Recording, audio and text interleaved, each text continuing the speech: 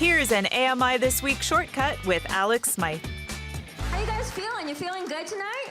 Good. So happy to be here. I'm Courtney. I know some of you guys can tell by the sound of my voice that I don't have hands. It's true. Gives me away every time. That's comedian Courtney Gilmour, back when we were able to get together and laugh. Nowadays, she's doing most of her comedy shows from the comfort of her living room, which is where she joins me right now. Courtney, thank you so much for chatting with me today. Thank you so much for having me. It's a pleasure. Now, as we heard in the clip, you bring a unique perspective to your comedy. Can you tell me a bit about that?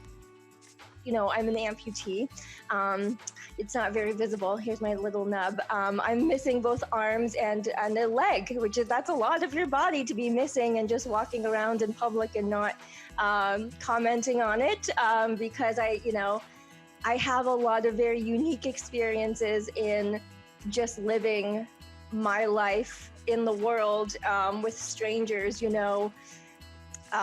asking questions or wanting to know about me. And so that kind of turned into its own material pretty easily. Getting change is one of the cooler ones. It's a special treat. The thing about giving me money is they don't know where to put it and I don't know how to receive it.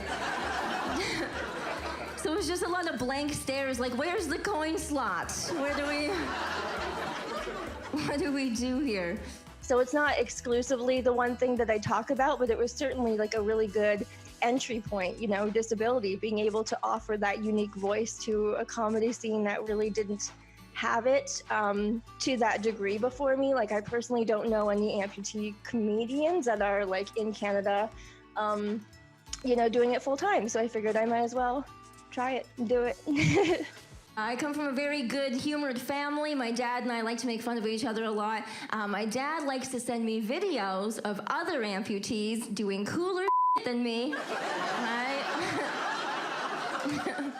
As a comedian with a disability, is it fun to play with people's preconceived notions of what you can and can't do?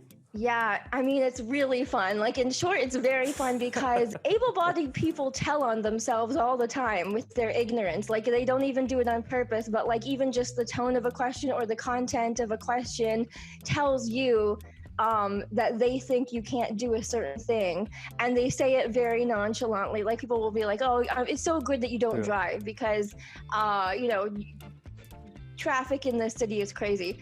So like there's a presupposition in their question that's like, obviously you can't drive, so you're probably better off anyway. But I can drive. I don't, but they don't know that. I could have a car. They don't know if I have a car or not. The stage is an amazing opportunity for me to not only amend that and introduce people to like a type of person that they maybe have never encountered before, but to poke fun at them a little bit. I mean, why go to a comedy show if you don't want to get poked fun at, right? Now, Courtney, with everything going on and all the chaos that's happening, how has it been being a comedian during a pandemic?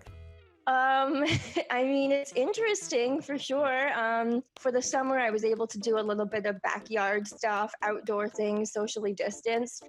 Zoom has really opened up a lot of accessibility within the comedy scene that we didn't know was available to us before, Like, I just appreciate that there is that option for people to be able to perform or go to a comedy show when otherwise they may not have been able to physically get in the door, So I've been on a lot of Zoom shows that have, live captions and ASL interpretation, and that part of it has been very cool.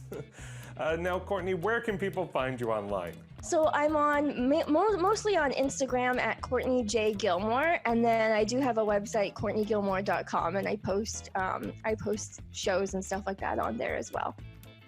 Courtney, thank you so much for chatting with me today. Thank you so much for having me.